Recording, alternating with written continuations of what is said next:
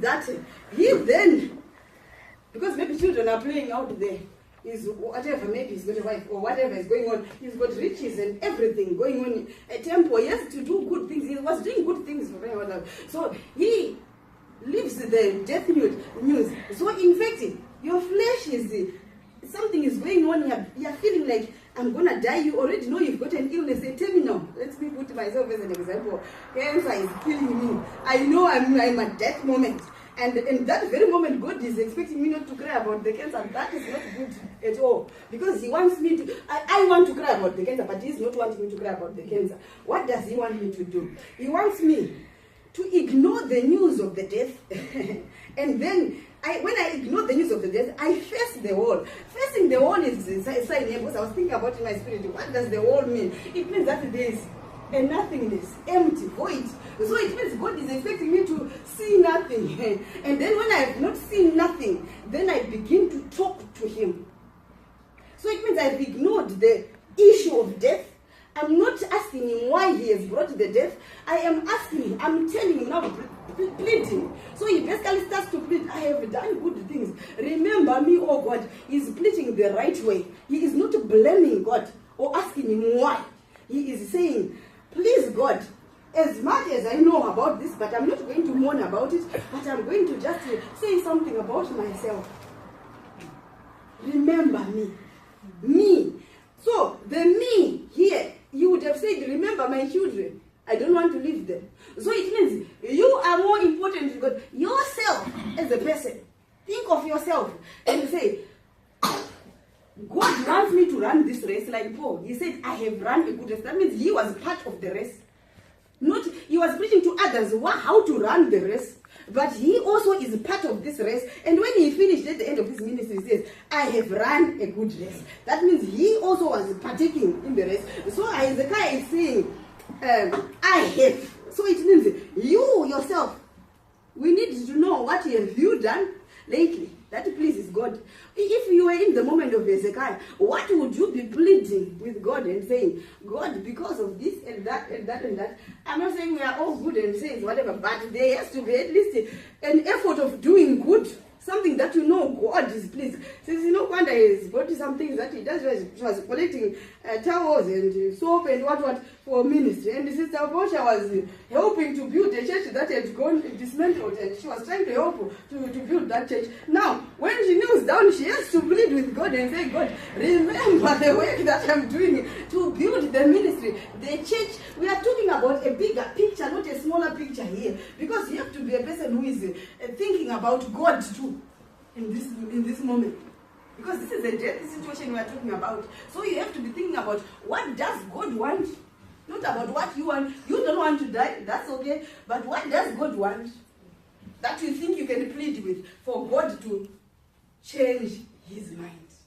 Because we are talking about God changing his mind. Mm-hmm. Right. So again, when we are still looking at that, we are seeing that this God we are talking about is also a now God. Because there was a moment when he was told you are going to die. And then there comes another moment, shift things. Now God sends a new message.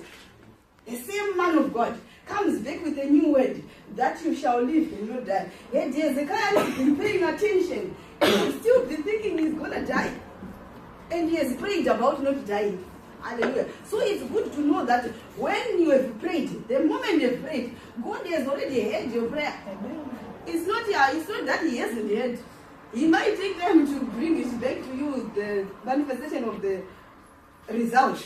But he has what? Answered your prayer. And again, it's good to take note of such a thing. That when God answers our prayers, it is very good to read it. He answers in 3 ways. Number 1, yes. Number 2, no. Number 3, wait. So we need to know which category we are doing here. Because sometimes we are forcing things that God has said no. And you are in the yes side. And you are waiting. God to do something about that situation. When God has long said, I'll give an example because I don't want things without authentication. Sister Andrina, evangelist, before she was evangelist, Sister Andrina, she was waiting on a man who was not supposed to be there. I waited 18 years. My God, that's a long time. Wilderness. Did you hear that? That the time that I was on 40 days, instead of spending 40 days, I would have just heard God's voice and said, do not kill the boy, like what Abraham did. And he was right there to kill. And then the new voice, the now word, the Rema word came and said, don't kill the boy. Had he been running on the old one, it had said kill. So he would have chopped his son. And God was speaking that very minute and said, no, take the lamb. Now Jesus came for us. He said he has taken the burden. He's the lamp now. So stop killing yourself inside, dying and not sleeping, crying your pillow wet. I'm sorry, you don't have to do that anymore. The lamp was provided. Don't kill your child here. So we need to understand how God works sometimes. So having said that again, just to point out a few good men that things happened to. And they are bad things, but God, when he does a bad thing to a good person, I'm not saying God does a bad thing, but he allows, he permits, like he did to Job. We are not going to talk about Job because we all know Job's story, but I'm going to talk about different ones. Let's go to Abraham. He's a good man of God, worshipping everything, but Sarah's womb is closed. It doesn't make sense, because he is the one who is actually being sent. Leave your city, do that. He's busy doing all what God's bidding. He is the father of many nations as we know him now. But their womb was closed for many years, 90 to be precise.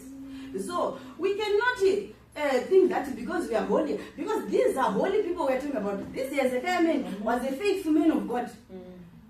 Abraham was a faithful man of God. And to be honest, we are not as so faithful. So things can happen to anyone, whether it's a good man, anyone. You understand what I mean? So we cannot expect God to work magic in our lives all the time. But he does it through Christ. He does it. It is possible. But when he permits something to be going on in your life as a minister, you need to understand that there is something that is cooking somewhere that is going to produce a testimony. Because Jesus is dying on the cross now. The devil is one. He thinks, obviously. But that bad thing that was permitted, that the son, his own son, was pleading and saying, please don't let it happen to me. Let it pass. He was in the garden of Gethsemane to start with. And then he gets to the cross and says, Father, why have thou forsaken me? That's a son crying to the father. Let this cup pass. But God says, let thy will be done. Right? I mean, here Jesus says, let thy will be done. So God is asking also sometimes for us to say sometimes, let thy will be done. Because in thy will of God, in the midst of something that looks so bad, right? We see Jesus dying and they think it's over. But look here, my sisters and my brothers, something miraculous happens. So when God is permitting something bad to happen to you, there is a miracle, a big miracle waiting to happen in our life.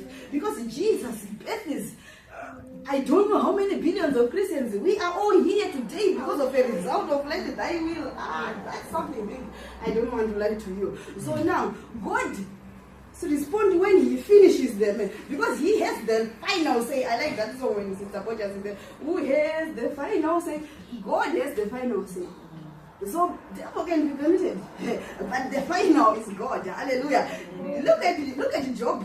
Again, we are not going to talk about, but I'll just mention a bit about Job. Job here, he also has God is the final say in his life, because he was tormented and the devil thought, oh, he has won because leprosy, everything. He has been cast out. In fact, he cast out. Actually, Job is a good man. Cast out of the city center. And now he's an outcast. Nobody wants to know about him. But who has the final say?